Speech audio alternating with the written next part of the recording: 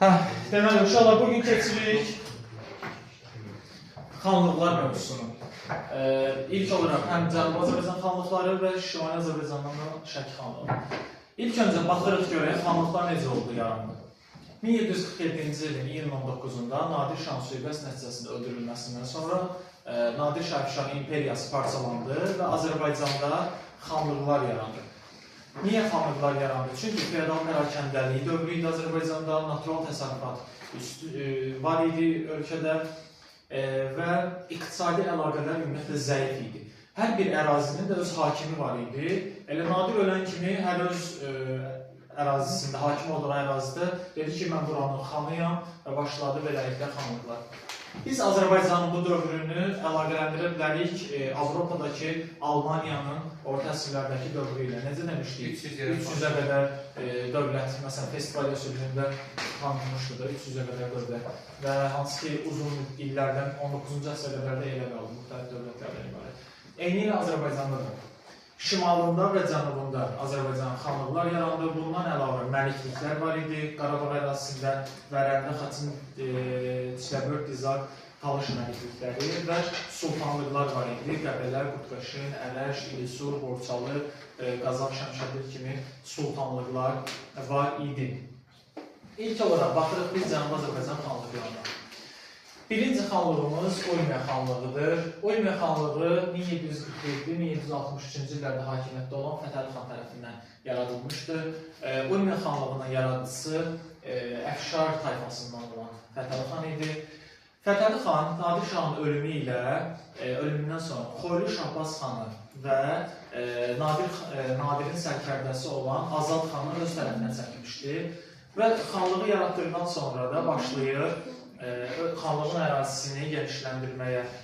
Urmiya xanlığı üçün əsas deyirik ki, Azərbaycanı vahid halda birləşdirmək istəyən xanlıqlardan idi. Mərkəzləri Urmiya olmuşdu, sonra Təbriz tutulması ilə Təbriz xanlığı olmuşdu. Təbrizin tutulması deməyək də Təbriz Urmiyaya tabi edilmişdi, belə desək.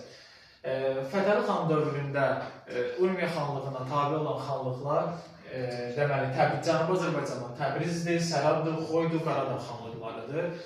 Şimalda isə Qarabağ, İrəvan, Şəki xanlığıdır. Bunu ayrıca qeyd edəcəyik.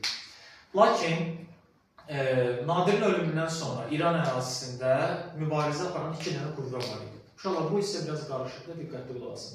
Nadirin ölümündən sonra İranda mübarizə aparan, İran tutma olan mübarizə aparan iki dənə qüvvə var idi. Birincisi, Şirazda Kərim xan Zənd olan Kərim xan Zənd və ikincisi Məhəmməd Həsən xan Qacar. Bu ikisi İranı birləşdirmək yolunda mübarizə aparırdı. Və hər ikisi Cənubi Azərbaycan ərazilərini, xüsusən də Urmiyanı tabi etmək istəyirdi özünə. Birinci baxaq, bu Məhəmməd Həsən xan Qacar neydi? Bu, Astrabad hakimi olan Məhəmməd Həsən xan Qacar 1757-ci ildə gəlir Azərbaycanın şimalına, orada Qarabağa hücum edir. Lakin Xatın arxı döyüşündə məğlub edilir və geri çəkilir. Geri çəkilərkən deyir ki, daim bu boyda yol gəlmişəm, heç olmasa geri çəkiləndə Urmiyanı tabi edeyim özümə. Gəlir və Urmiya xanlığını, yəni Fətəli xanı özünə tabi edir. Lakin yolüstü gedəndə hardasa sui-qəsd nəticəsində öldürülür. Deməli, Məhəmməd Həsən xan Qacar aradan çıxdı, öldürüldü, çıxdı, getdi. İndi qaldı bu Kərim xan Zənd. Kərim xan Zənd də dirənir ki, yox da, yəni Urmiyanı tabi edəcəm, Azərbaycan ərazilərini tutacam. Və Kərim xan Zəndin hakimiyyət uğrunda mübarizəsi Fətəli xana, belə desək, baha başa gəldi və Fətəli xanla arasında mübarizə başladı. Bu arada, bu baş verən arada Fətəli xan neydir? Urmiyalı Fətəli xan 1759-cu ildə Qarabağ xanlığına yürüş edir. Və Qarabağ xanlığını mühasirədə saxladıqdan sonra deməli, Qarabağlı Pənahəli xan tabi olur və Urmiya xanlığından asılı hala düşür. Beləliklə, bundan sonra Kərim xan Zəndlə Fətəli xan arasında mübarizə davam edir. Kərim xan Zənd yekun hücum edərək 1762-ci ildə Marğanı tutur və 6 aydan çox davam edən mühasirədən sonra isə Urmiya xanlığı nəhayət ki, Kərim xan Zəndə tabi olur. Onlar arasında 1761-ci ildə Qaraçəmən döyüşü olmuşdur. 1763-cü ildə isə Kərim xan Zənd tərəfindən Urmiya xanlığı tabi edilmiş olur. Urmiya xanlığının tabi edilməsindən sonra Kərim xan Zənd tərəfindən Kərim xan Zən bir sıra Azərbaycan xanlarına məktub göndərir ki, bəs mən Urmiya xanlığını tabi etmişəm, gəlin Şiraza sizə qəşəng yeyib içmək alın, belə qonaqlıq Şiraz qonaqlığı. Hə. Şiraz qonaqlığında iştirak edən xanlıqlar da ki, Qarabağdı, Qaradağdı, Xoy, Sərab, Naxçıvan xanlıqlardır. Kərim xan Zət deyir ki, bu xanlıqlar məktub göndərir ki, gəlin Şiraza qəşəng yeyib içmək, belə Ondan o biçim Şiraza çatan xanları Kərim xan əsir götürür, onların sonraki taleyi belə desə bilinmir, yəni necə olursa. Yəqin ki, öldürülürlər. Bu formada Fətəli xanın deməli öldürülməsindən sonra Urmiya xanlığı daha zəifləyir və digər xanlıqlardan belə desək aslında hala düşür. Daha sonra ikinci xanlığımız Xoy xanlığı. Xoy xanlığı uşaqlar Urmiyadan sonra Cənubi Azərbaycan ərazisindəki telefonu qoyuyorlar, ən güclü xanlığı. Xoy xanlığı Şahbaz xan tərəfindən yaradılmışdır. Şahbaz xan dedik ki, Urmiyalı Fətəli xanın müttəfiqi idi, ancaq Kərim xan Zən hücum eləyəndə Xoy xanı deməli Şahbaz xan Fətəli xana xəyanət etmişdi, Kərim xanın Zəndin tərəfinə keçmişdi. Xoy xanlığının növbəti xanı olmuşdu Əhməd xan. 1760-dan 1786-cı ilə qədər. Əhməd xan dövründə Xoy xanlığı daha da güclənir və görürsünüz yazmışam var, Nitq, yəni Naxçıvan, İrəvan, Təbriz, Qaradağ xanlıqlarını tabi edir Əhməd xan. Nitq, belə yada saxlayın. Naxçıvan, İrəvan, Təbriz və Qaradağ xanlıqlarını özündən aslı hala salmışdır. Nitq odur. Hə, Nitq. Naxçıvan, İrəvan, Təbriz, Qaradağ. Xoy xanı Əhməd xan özündən asılı vəziyyətə salmışdır. Uşaqlar, Xoy xanlığı sonralar 1786-cı ildən artıq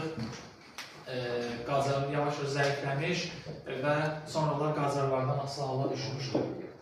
Təbriz xanlığı Əmir Aslan xan tərəfindən yaradılmışdır. Əmir Aslan xan Nadirin əmisi oğlu idi, yəni ki, Əfşar tayfasından idi. Təbriz xanlığı bir müddət Urmiya xanlığının asılı vəziyyətə düşmüş, sonra da digər xanlıqlardan, məsələn elə Xoy xanlığının özündən asılı vəziyyətə düşmüşdür, çünki Təbriz zəif xanlıq idi. Ərdəbil xanlığı Şahsevən tayfasından olan Bədir xan tərəfindən yaradılmışdır. Niyə sizə bu hamısını qeyd eləmişəm, hansı tayfanın yaradılması? Çünki testdə düşür. Məsələn, sizdən soruşacaq ki, Əfşar tayfalarını yaratdığı xanlıqlar. Onda deyəcəksiniz Urmiya, Təbriz, Zəncan, İrəvan, yəni bu kimi xanlıqlar. Ərdəbil xanlığı da zəif xanlığı idi. Ümumiyyətlə, Ərdəbil xanlığı digər xanlıqlardan asılı vəziyyətə düşmüşdü daim.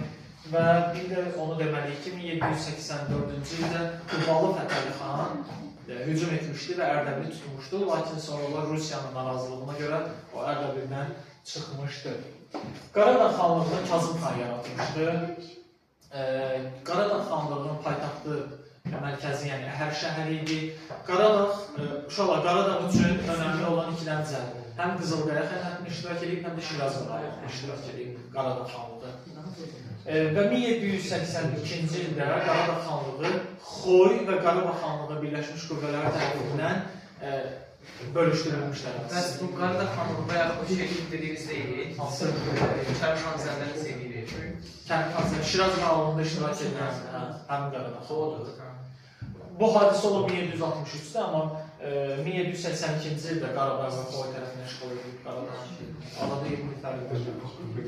Uşaqlar, Makı xanlığı Bayat tayfasından olan Əhməd xan tərəfindən yaradılmışdır. Makı kiçik ərazi idi və belə desək, Makı Çukursar vilayətinin ərazisinə düşürdü bir hissəsi də. Sərəb xanlığı Şəqqaqi tayfasından olan Əli xan tərəfindən yaradılmışdır. Sərəb xanlığı deməli, Sərəb xanlığı Şiraz qonaqlığında iştirak edən xanlıqlardan idi. Şiraz qonaqlığında iştirak edən xanlıqlardan idi. Sonra var Marağa xanlığı. Marağa xanlığını Müqəddəm tayfasından olan Əliqulu xan yaratmışdır. Marağa da zəif, kiçik xanlıq olmuşdur. Zəncan üçün də deyirik ki, Əfşar tayfasından olan Zülfüqar xan tərəfindən yaradılmış xanlıq olmuşdur. Zəncan tayfası, Zəncan xanlığıdır. Uşaqlar, bu xanlıqlar Cənubi Azərbaycan xanlıqlarından Ən güclü dedik ki, Urmiyaydı, sonra Xoy xanlığı idi. Digərləri isə kiçik xanlıqlar idi. Biz əsas bilməliyik ki, hansı tayfa yaratmışdır və hansı proseslərdə iştirak edir. Daha çox düşür Şiraz qonaqlığında iştirak edən xanlıqlar. Şirazda iştirak edən xanlıqlar hansılar? Naxçıvan, İrəvan, Təbriz, Qaradağ. Aha, Qarabağ, yox. Nitq nədir orada? Nitq odur ki, Xoy xanlığının özünə tabi etdiyi. Hə, tabidir. Xoylar. Şiraz qonaqlığında Qarabağ, Qaradağ, Xoy, Sərab, Naxçıvan bu xanlıqlar iştirak edir. Şiraz qonaqlığında. Deməli, siyasi prosesləri başa düşdünüz. Nadirin ölümündən sonra İran ərazisində Kərim xan Zənd və Astrabanlı Məhəmməd Həsən xan Qacar hakimiyyət uğrunda mübarizə aparırdı. Yaxşı, uşaqlar, bir də keçirik Azərbaycan Şimal xanlıqlarından Şəki xanlığını. Şəki xanlığı Hacı Çələbi tərəfindən yaradılmışdı. Bilirsiniz, Nadirin sağlığında yaradılmışdı 1743-cü ildə. 43-44-cü illərdə Gələsən, Görəsən qalasının sığına mübarizə aparmışdı. 47-ci il Nadirin ölümündən sonra da yenidən müstəqil xan olmuşdu. Hacı Çələbi 1747-ci ildə Qəbələ, Qurtqaşın, Ərəş kimi sultanlıqları özünə tabi edir və Şəki xanlığı Azərbaycanın birləşdirilməsi uğrunda mübarizə aparan xanlıq idi. Necə ki, Urmiya mübarizə aparırdı, eyni ilə də Şəki. Buna görə də 47-ci ildə elə bu hadisənin ardı ilə Təbrizə yürüş edir. Təbrizə yürüş etməkdə məqsədi bu idi ki, Təbriz Azərbaycanın əsas mərkəzi idi, daha Səfəvilər dövründə bilirsiniz ki, ilk paytaxt idi və Təbrizə hakim olmaq, o cümlədən Azərbaycana hakim olmaq idi.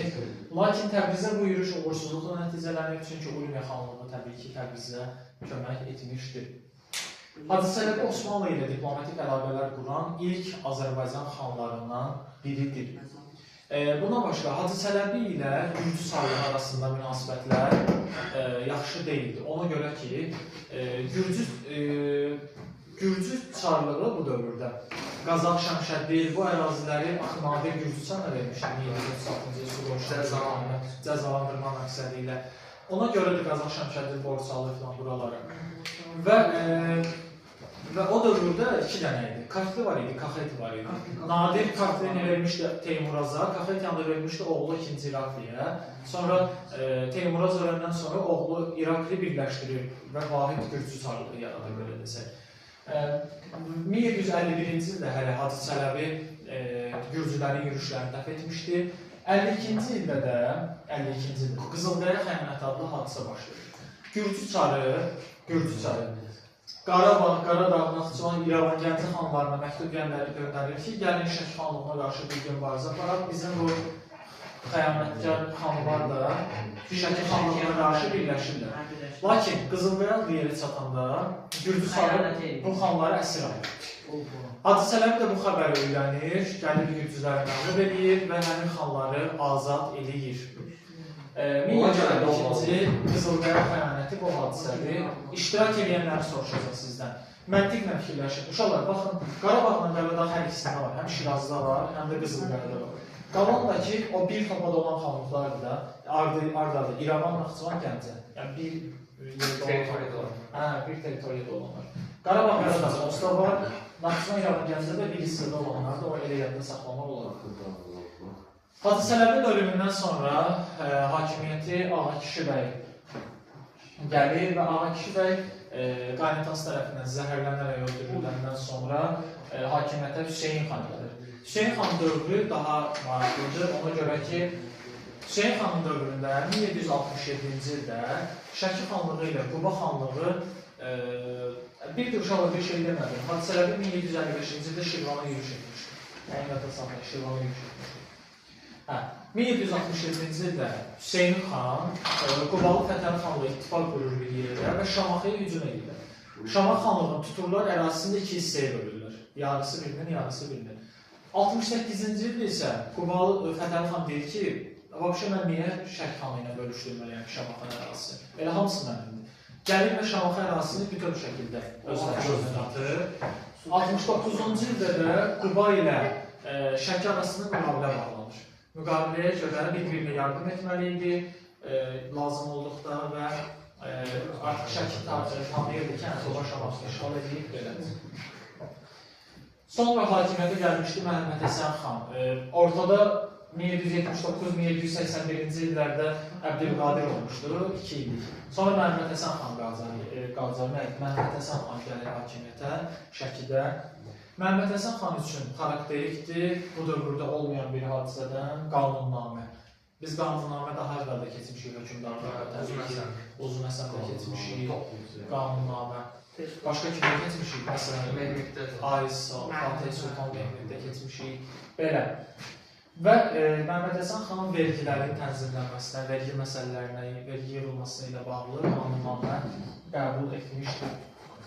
Məhəmməd Həsən xan dövrü üçün xarakterik olan odur ki, 85-ci ildə Quba xanlığı Şəkini özünə asılı vəziyyətə salmışdır, 89-cu ildə isə asılıqdan çıxmışdır. Niyə?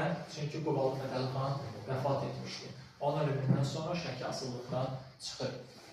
Və Səlim xan dövrü 95-97 yenidən fasilə ilə 1805-6-cı illərdir. Səlim xan dövründə 1997-ci ildə Ağa Məhəmməd Şah Qacardan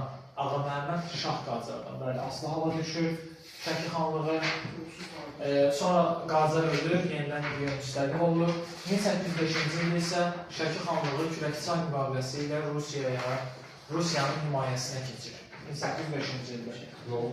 Biz bu hadisələri keçəcəyik. 1805-ci ildə Kürəkçay müqaviləsi imzalayıb Rusiyanın himayəsinə keçir. 1806-cı ildə Rusiyaya qarşı üsyan qaldırır və 1819-cu ildə isə ümumiyyətlə Şəki bir xanlıq kimi ləğv edir.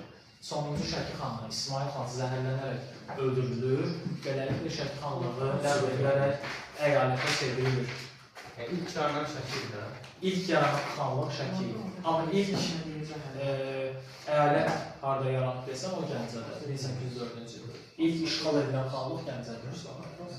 1804-cü.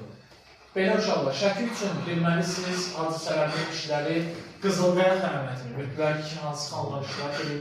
Qızılqaya ilə buradakı Şiraz qonaqlığında hansı xanlıqlar iştirak edir, bilməlisiniz. Qarabağ Qaradağ həmişə qoşulur, həmişə qalır. Ne demeliyim, ne izin? İraqanda Gəncədə. Qarabağ Qaradağ. Qarabağ ne izin işmedi? Qarabağ Qaradağ.